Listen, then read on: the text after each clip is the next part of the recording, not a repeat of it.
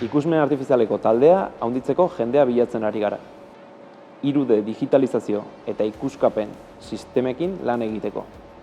Kaixo, ni Oier naiz, IDEko Zentro Teknologiko ikertzaileetako bat, eta ikasketen aldetik automobilgintza ingeniaritzako gradu bat, eta kontrol ingenieritza automatizazio eta robotikako master bat burutu nituen. Gaur egun IDEkon diseinu eta doitasun ingeniaritzako departamentoan nabil lanean, konkretuki bisio artifizialeko taldean, eta gainera, azken 2 urtetatik, zehaztasun handiko fotogrametria loan, doktoretza tesia burutzen ari naiz.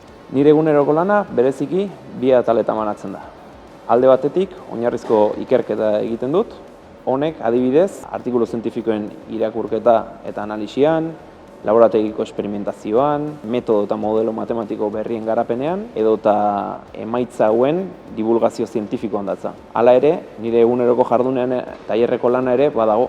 Besteak beste, emaitza hauen validazioak egiteko, edota etor daitezken bezeroei soluzio teknikoak emateko. Hau kontuan izanik, IDEkon lan egitearen ezaugarri nabarmenetako bat, mundu teorikoaren eta errealaren arteko gertutasunean datza, non erronka errealei erantzun berriak ematen dizkiegun. Gainera, egunero bide berriak esploratzen ari gera, beraz, kuriositatea baduzu, IDEko leku paregabea da, norberaren irudimena askatzeko. Azaldutakoak zurekin bat egiten badu, eta IDEkori buruz informazio gehiago nahiko bazenu, jar zaitez gurekin kontaktuan, eta zure etorkizuna irudikatzen lagunduko dizugu. Etor zaitez, zure zai gaude.